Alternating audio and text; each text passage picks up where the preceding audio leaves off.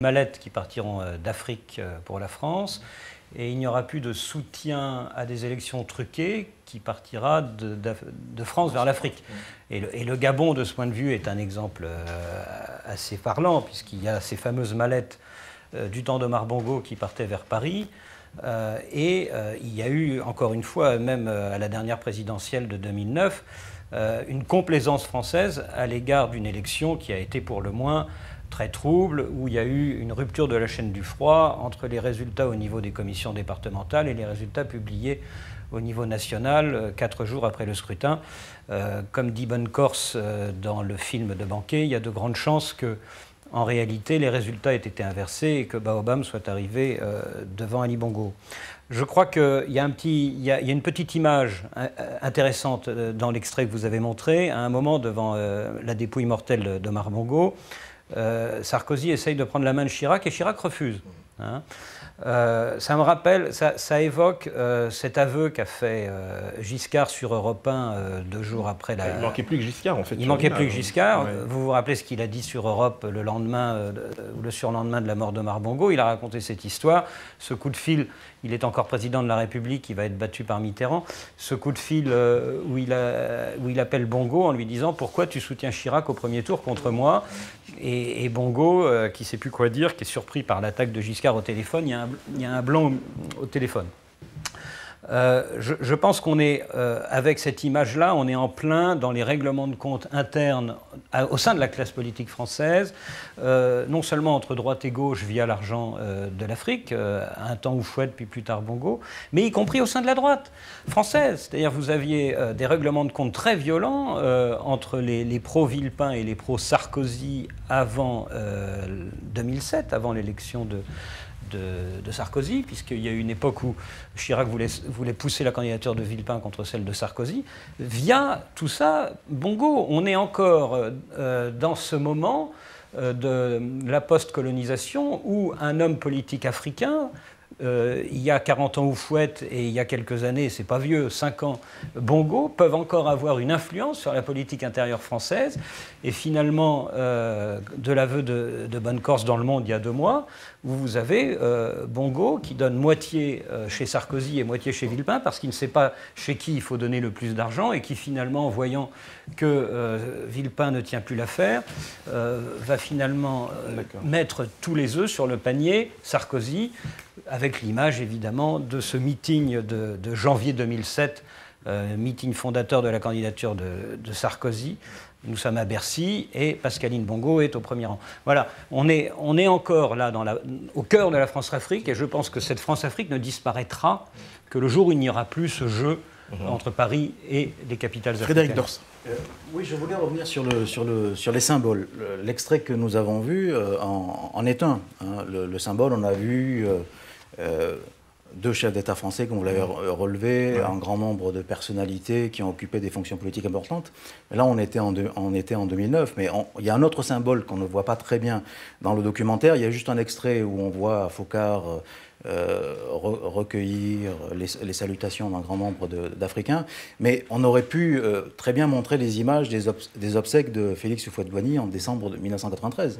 Et alors là, c'était encore plus spectaculaire que ceux qu'on vient de voir. Là, c'était tout le banc et l'arrière-banc de la classe politique française qui a été convoyé par avion entier. On a rempli 2 avions pour aller participer aux obsèques de Félix Houphouët-Boigny. Nous sommes sous Mitterrand. Je pense qu'on ne rend ce type d'hommage post-mortem qu'à des gens qui ont vraiment servi.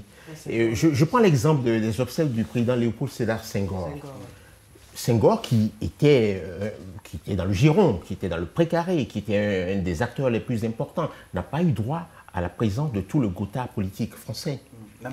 Peut-être sur l'esprit d'indépendance, quand même. Non, parce qu'il faut être riche. On ne prête qu'aux riches. Le Gabon est un pays riche en pétrole, en pétrodollars et même en euros. Et la Côte d'Ivoire est un pays riche. Pour autant que je sache, peut-être que les confrères ici présents pourront démentir ce que je dis, il n'y a pas eu beaucoup de flux financiers entre le Sénégal et même du temps de Focard. Ce que je voudrais dire, est-ce que vous imaginez un seul instant qu'à la mort du président Yaradua, par exemple, ou de Lévi Mwanamwasa, que tout le Gotha politique britannique se déplace à Lusaka ou à Abuja?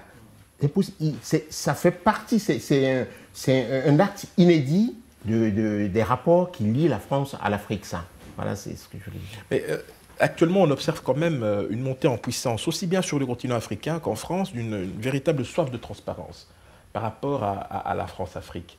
C'est-à-dire, est-ce que vous pensez qu'à l'heure actuelle, cette soif de transparence pourrait aller jusqu'à la fin de ces pratiques? Moi, je pense, juste pour compléter, parce que Christophe a répondu en partie à cette question, mais la France-Afrique rendra gorge le jour où il y aura davantage de juges en France qui traqueront les fonds occultes, où la Cour des comptes aura la plénitude. Il y a une justice à deux vitesses à ce niveau-là, peut-être? Non, c'est que, bon, pour le moment, c'est fait par certains juges à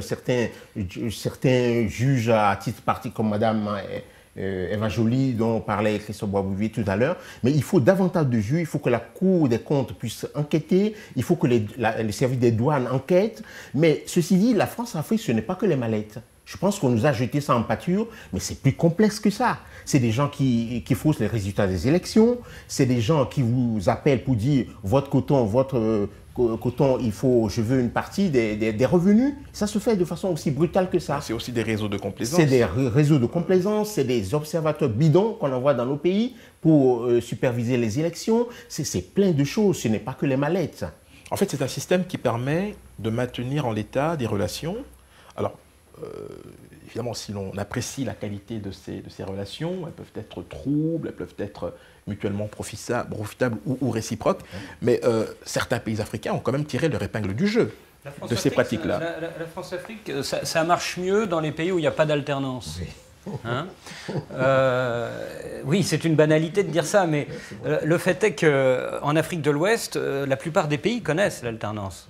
À une ou deux exceptions près. Surtout anglophone. Le Burkina, excusez-moi, je parlais des pays francophones là, mais à part le Burkina et le Togo, tous les pays connaissent l'alternance en Afrique de l'Ouest francophone, hein, que ce soit la Guinée, la Côte d'Ivoire, le Sénégal, etc. Sans ingérence ? Non, mais c'est plus difficile, si vous voulez, de faire vivre la France-Afrique et de faire vivre une relation de complicité occulte entre la France et un pays où le président change tous les 5 ans. Parce qu'évidemment, à ce moment-là, le président sait qu'un jour ou l'autre, quand il sera battu, quand il aura perdu, il aura des comptes à rendre. En revanche, en Afrique centrale, il n'y a pas beaucoup d'alternance. Hein. Vous avez quand même au Cameroun un président qui a été réélu après 29 ans de pouvoir, et on peut continuer comme ça, le Congo-Brazzaville, le Tchad, etc. Voilà, donc ça c'est un paramètre. Moi ce que j'aimerais dire, c'est que justement, les pays cités par Christophe, en Afrique de l'Ouest, ils ne sont pas aussi riches, j'ai envie de dire, qu'en Afrique centrale, où il y a le pétrole et les ressources minières, où on a bien intérêt à continuer à traficoter les élections, faire en sorte que le président se succède à lui-même pour pouvoir continuer justement à profiter des ressources du pays.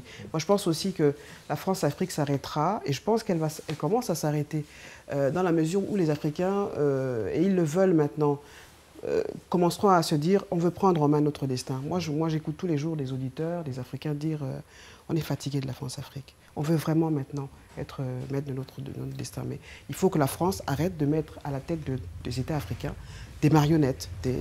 Voilà, c'est tout simplement ça. Mais vous qui êtes en prise directe avec les opinions publiques africaines, est-ce que vous avez le sentiment qu'il y a effectivement ce besoin-là de transparence, de davantage de transparence, ou est-ce que finalement c'est une fatalité, c'est des choses qui arrivent, qu'il faut accepter, faute de moyens de... J'entends beaucoup de colère, beaucoup d'indignation.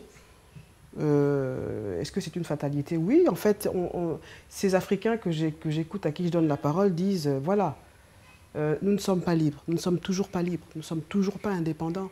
Tous les restes des hommes sur la planète sont indépendants. Nous ne le sommes pas. Pourquoi? Parce que la France refuse de faire de nous des êtres humains libres. Parce qu'elle ne veut pas qu'il y ait vraiment une véritable démocratie sur le continent africain. Et c'est justement, je parlais du discours schizophrène. C'est qu'en même temps, la France nous a, puisque on est francophone, on parle français. C'est-à-dire, on nous nie même le fait d'être des Français à part entière. Moi, je me sens totalement française. Mais comment les Africains ici immigrés sont traités par justement la France? chaque fois qu'il y a une élection, et ça va venir là dans quelques temps, ben, c'est les immigrés qui sont... voilà, ça sera le sujet principal. Donc je pense qu'il faut que l'État français comprenne qu'il a tout intérêt à arrêter avec la France-Afrique, s'il veut qu'il y ait de moins en moins d'Africains qui viennent s'installer ici en France. Et voilà, je pense que c'est vraiment important. Frédéric Dors. L'une des raisons qui explique la longévité de la France-Afrique et qui contredit les effets d'annonce, notamment de Nicolas Sarkozy, en disant « la France-Afrique c'est terminé, elle est morte et enterrée », c'est faux. Et l'une des raisons qui explique cette persistance de cet ensemble de relations occultes, elle est à chercher en France et elle tient à l'absence de contrôle.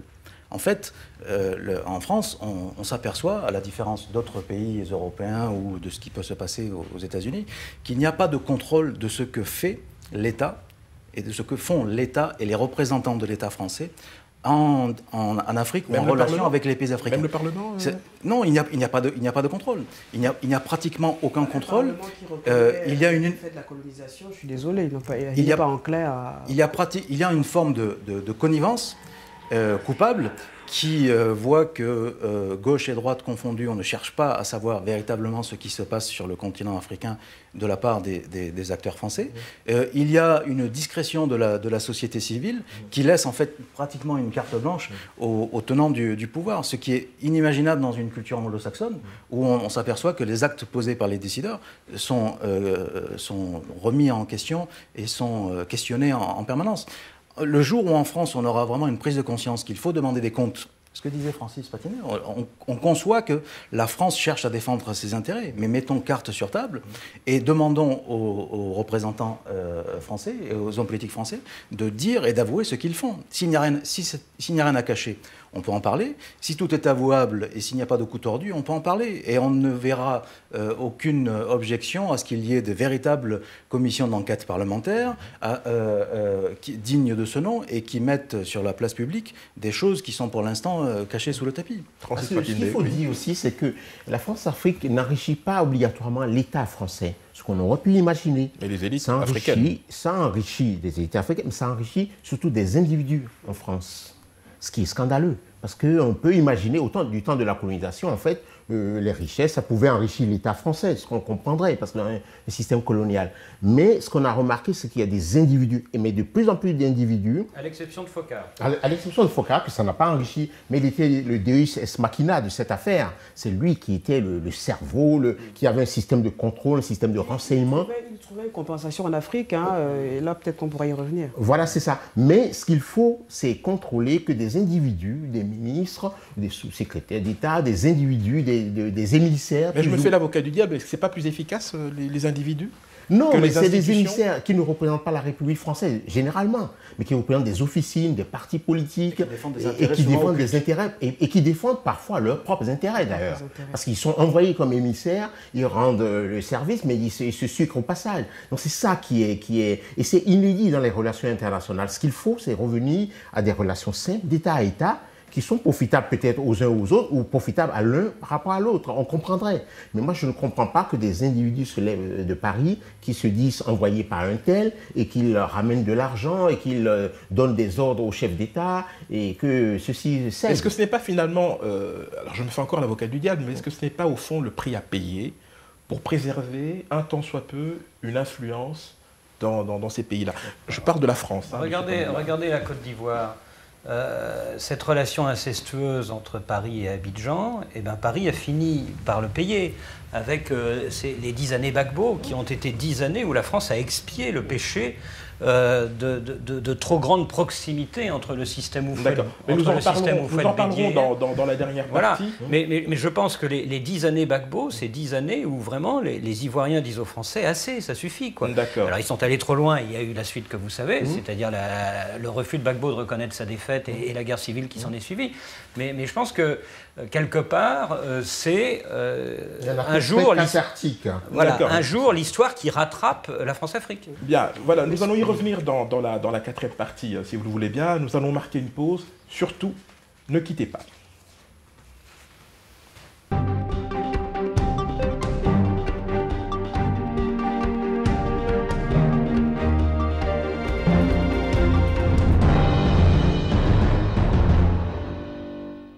Bienvenue très chers téléspectateurs et surtout toutes celles et ceux qui venaient de nous rejoindre sur le plateau de l'autre vérité, ce nouveau rendez-vous qui se veut percutant et qui accorde la parole à l'expertise africaine pour avoir une approche nouvelle des questions essentielles, des sujets brûlants et des grands enjeux du moment. Aujourd'hui, notre thème du jour est celui de la France-Afrique et pour ce faire, nous avons le grand plaisir de recevoir sur notre plateau les journalistes les plus pointus sur ces questions. J'ai donc le plaisir de vous présenter à qui profite la France-Afrique. Frédéric Dors. Je pense que dans l'extrait que nous venons de voir, il y a un aperçu de réponse que tout le monde a en tête. C'est quand on nous explique qu'il faut défendre les pouvoirs en place parce qu'il y va de l'intérêt de la France, on a une vision claire et précise. Alors, pour rebondir sur votre question, à qui profite la France-Afrique, moi j'aurais plutôt tendance à commencer par répondre à qui il ne profite pas. Et on imagine bien que c'est essentiellement aux populations africaines. Parce que là, on nous a montré la mise en place d'un système opéré par la société pétrolière française ELF.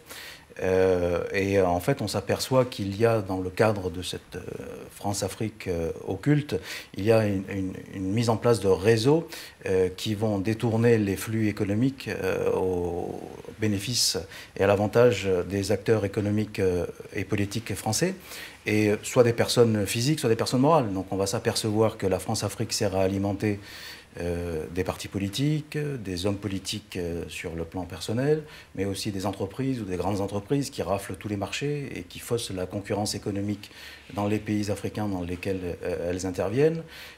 Et en fait, la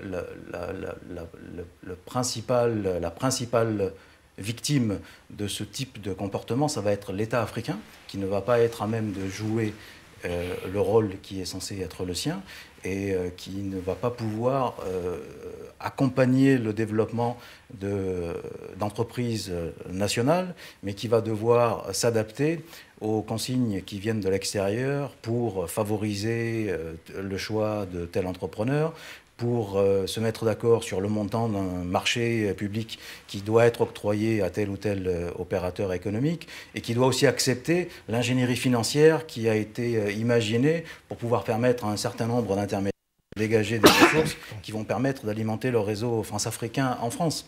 Et donc on s'aperçoit que, en fait, on a l'État africain et son tissu économique et son tissu social qui s'appauvrit pour alimenter une espèce de monstre qui se développe et qui continue à avoir des besoins énormes. Alors, ce qui est intéressant dans ces images, c'est la pérennité de la France-Afrique. C'est-à-dire, plus ça change, y compris en France, moins ça change en Afrique. Vous savez, vous avez en 1981, il y a le président change, il y a une petite révolution en France, c'est la gauche accède au pouvoir. Et on s'est mis à espérer. On s'est dit, voilà, ce sera la fin de toutes ces magouilles, de la... En fait, le système est resté quasiment pareil. C'est vrai qu'il y a eu le fameux discours de la Baule. Mais enfin, on nous a beaucoup dit sur le discours de la Baule. Je dois vous faire remarquer que la conférence nationale du Bénin a eu lieu bien avant la Baule. Enfin, quelques mois avant le discours de la Baule. Le discours de la Baule, c'était une façon à François Mitterrand, qui était un politicien hors pair, de prendre le train en marche, parce qu'il sentait faire une... Ce n'était pas plutôt pour se donner bonne conscience, finalement? Les deux, vous savez, tout ça est mélangé. C'est-à-dire que ça commençait à bouger à Abidjan, il y avait des manifestations déjà, au Gabon aussi, au même moment. Le Bénin venait de réussir sa conférence nationale, donc il prend le train en marche, et puis le système reste contrôlé. Et la preuve, tout ce qui s'est passé après, ça a été la déconfiture totale des conférences nationales qui ont duré 1 an, des gouvernements d'union nationale, puisqu'on a conseillé tout ce qui n'est pas valable ailleurs est conseillé aux Africains. C'est étonnant. C'est tout ce qu'on réprouve en Europe ou en Amérique. Mais on dit, mais vous, peut-être vous feriez mieux de mettre un peu d'opposants là-dedans. Il y a une confusion de genres, il n'y a plus d'opposition, il n'y a plus de partis au pouvoir, tout le monde est au pouvoir et tout le monde... Et c'est une confusion des gens, et souvent c'est des conseillers occultes qui demandaient à nos gouvernements de le faire. Oui, par rapport à l'extrait qu'on a vu, il y a une chose avec laquelle je ne suis pas tout à fait d'accord, c'est de penser que le principal ressort de la France-Afrique, c'est l'argent. J'en suis pas sûr. Alors je sais qu'il est très courant de dire que le principal intérêt de la France, et Eugénie, vous l'avez dit tout à l'heure, Frédéric aussi, je crois, le principal intérêt de la France en Afrique, ce sont ses intérêts financiers, ses intérêts économiques. Je vous prends 3 exemples rapidement. Le Gabon. Pourquoi la France soutient Ali Bongo en 2009 après la mort de Mar Bongo? Est-ce vraiment parce que le Gabon est encore le principal producteur de pétrole pour la France? Eh bien non, le Gabon a beaucoup baissé en termes de part de pétrole importé en France. Je parle sous le contrôle de Frédéric qui connaît mieux les questions économiques que moi, mais le Gabon est très très loin derrière l'Angola et le Nigeria pour la compagnie Total. Donc si la France soutient Ali Bongo en 2009, c'est sans doute plus pour garder une position sûre et un pays où il y a une base permanente, une base militaire qui sert de plaque tournante pour toute l'Afrique centrale et une partie de l'Afrique de l'Ouest. Donc je crois qu'il faut l'aspect politique, l'aspect militaire, l'aspect stratégique reste un facteur important. Le deuxième exemple, c'est la Côte d'Ivoire. Pourquoi la France s'engage-t-elle autant dans ce pays depuis si longtemps et pourquoi reste-t-elle engagée, que ce soit du temps de Chirac ou du temps de Sarkozy? C'est pas uniquement pour que Bolloré, Bouygues ou France Télécom continuent à y faire de bonnes affaires. C'est parce que la Côte d'Ivoire est le principal pays, le poids lourd de l'Afrique de l'Ouest francophone. L'équation personnelle, peut-être. En termes politiques, l'équation personnelle, on pourra en reparler. Oui. Et troisième exemple, c'est la Libye. Je sais qu'il est courant de dire que si Sarkozy est allé faire bombarder les chars de Kadhafi devant Benghazi, c'est pour ramasser la mise, pour que Total prenne les puits que la compagnie pétrolière italienne Eni avait sur le sol libyen. Je crois qu'on ne peut pas résumer l'action de Sarkozy à ça. C'est aussi parce qu'il y a eu la déculottée française sur la Tunisie et que la France veut essayer de se rattraper en termes d'image vis-à-vis du printemps arabe. Donc je crois qu'on ne peut pas tout réduire au pétrole et à l'uranium. C'est vrai, mais en fait, pourquoi on revient à des questions financières plus qu'économiques? C'est en fait la marche folle du système france-africain qui nous oblige à nous rendre compte qu'il y a maintenant, comme c'est devenu occulte, tout est caché. On s'aperçoit qu'il y a des intermédiaires officieux ou des gens qui se prétendent envoyés par une autorité française qui jouent un rôle qui devient de plus en plus important dans ce cadre franco-africain et qui sert pour le coup à alimenter des intérêts en France et qui n'a rien à voir avec l'objectif et les objectifs stratégiques de la politique de la France en Afrique. Oui, mais ce qui compte, c'est quand même la motivation. Pourquoi Sarkozy est allé en Libye? Pourquoi Sarkozy est allé en Côte d'Ivoire? Est-ce pour des raisons économiques ou politiques? Il y a un faisceau d'intérêt. S'agissant du cas de la Libye, je pense qu'il y avait aussi des considérations de politique intérieure qui ont motivé la décision de Nicolas Sarkozy. Donc, par contre... Vous direz que c'est d'abord le pétrole? Pas forcément, mais si Kadhafi avait signé les contrats commerciaux que la France lui avait proposés, notamment pour acheter de l'armement français, peut-être que la prise de décision dans la balance aurait été plus difficile pour Nicolas Sarkozy. Il faut quand même se souvenir que Kadhafi est arrivé en France, et il a un peu imposé son style à Nicolas Sarkozy, dont on voyait bien qu'il n'était pas à l'aise avec cet homme fantasque. Donc c'était un peu à charge de revanche qu'il a dit, bon, maintenant j'y vais et on va voir qui sera le plus fort. Oui, il y a un aspect personnel qu'il y a également sur la Côte d'Ivoire. Voilà. Et ce que j'aimerais dire aussi, c'est qu'on oublie souvent l'aspect personnel. Quand on parle de la France-Afrique, pourquoi elle va perdurer? On ne l'a pas dit, mais je pense qu'il faut le reconnaître. Un Foccart, il n'a pas eu de bénéfices financiers. Il ne s'est pas enrichi. Mais quel est le continent où un chef d'État, quel qu'il soit dans le monde, est le mieux accueilli? C'est l'Afrique. Je pense que Nicolas Sarkozy, qui est vraiment au plus bas des sondages, même s'il n'aime pas l'Afrique, il reconnaît bien que ce continent, c'est dans ce continent que, voilà, il y a une liesse populaire, une espèce de naïveté des populations, les chefs d'État. On pardonne tout, en fait, à celui qui est grand en Afrique. Ça, c'est un peu l'aspect culturel. Les fins connaisseurs de la politique africaine que vous êtes, est-ce que vous seriez d'accord pour dire qu'au final, pour revenir à la question, à qui a profité ou à qui profite la France-Afrique, est-ce qu'il y a eu, oui ou non, une manière sélective de la France de traiter certains pays? C'est-à-dire que là où il y avait une plus grande exigence démocratique, il y avait effectivement des pressions qui se faisaient, il y avait, disons, des réticences à le faire, on a laissé traîner les choses. C'est clair. C'est clair, on l'a vu. Moi, je me souviens de la manière dont on nous a présenté l'enjeu de l'élection présidentielle en Côte d'Ivoire, celle d'octobre dernier. On nous a dit, attention, c'est un cas d'école, Et du sort de cette élection, de la manière dont cette élection présidentielle va se dérouler, va dépendre le sort de toutes les élections qui vont suivre dans les 12 mois qui suivent. Or, on a vu que c'est exactement le contraire. Tout le monde s'est focalisé sur ce qui s'est passé en Côte d'Ivoire et sur le moyen de sortir de cette crise violente. Et on a pratiquement occulté tous les scrutins présidentiels qui ont suivi. Le Burkina Faso, qui est passé pratiquement inaperçu, la Centrafrique, le Tchad, le Cameroun, que Christophe évoquait tout à l'heure. Donc, on nous avait dit que si on était ferme et si on était vigilant sur le cas de la Côte d'Ivoire, le processus démocratique allait poursuivre son avancée sur le continent africain. Je ne suis pas sûr que ce soit exactement ce qui se soit passé. Et plus personne n'en parle. Mais je m'étonne que vous n'ayez pas évoqué le financement des politiques en France. Auriez-vous des pudeurs sur le sujet ou est-ce que c'est une réalité inhérente à la France-Afrique? Pour illustrer mon propos, je vous propose la séquence suivante.